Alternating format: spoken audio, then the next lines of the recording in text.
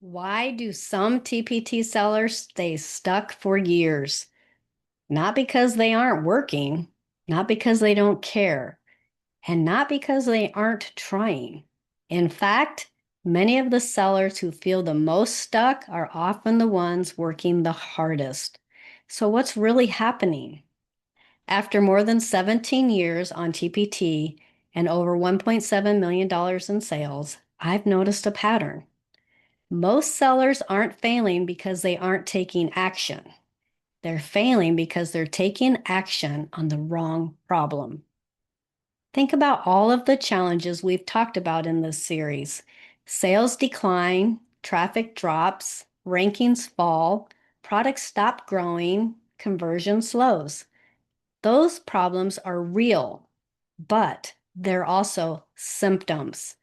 And that's where many sellers get stuck. They see a symptom and immediately jump to a solution. Sales are down, create more products. Traffic is down, rewrite keywords. Growth is slow, work harder. But what if those solutions aren't addressing the real issue? What if they're solving the wrong problem entirely? I've done this myself.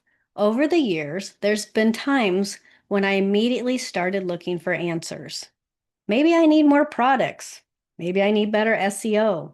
Maybe I need a different strategy. But the longer I've been in the business, the more I realize that symptoms and causes are not the same thing. Recently, I spent a lot of time looking at rankings, traffic patterns, visibility, buyer behavior, and leverage. Not because I enjoy analyzing data, but because I want to understand what's actually limiting growth. And that's a very different question. Most sellers stay stuck because they never identify the real constraint. They focus on symptoms. They react to the symptoms. They spend months solving symptoms. Meanwhile, the actual constraint remains untouched. And as long as the constraint remains in place, growth remains limited. That's why two sellers can experience the exact same symptom and need completely different solutions. One seller's problem might be visibility. Another seller's problem might be conversion. Another seller's problem might be leverage. The symptom looks the same. The constraint is different. This is the foundation of the simple framework. Every store has a constraint, a single system creating the greatest limitation on growth right now.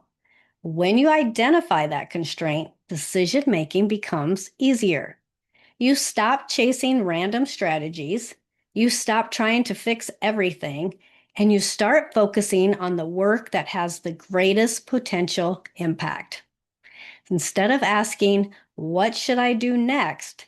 Try asking, what is actually limiting growth right now? Then look for evidence. Look at your traffic, your rankings, your conversion, your products, your buyers. Because the better you understand the problem, the easier it becomes to find the right solution. And if you're not sure what is currently limiting growth in your store, download the free TPT Growth Constraint Finder found in the description below. It will help you identify the biggest constraint in your store so you can focus on the improvements that matter most. Over the last 10 videos, we've explored many of the symptoms that sellers experience. And in the next series, we're going to go deeper. We'll start looking at how sellers misdiagnose problems, why some stores grow faster than others, and how to make better growth decisions based on what your store actually needs right now. I will see you in the next video.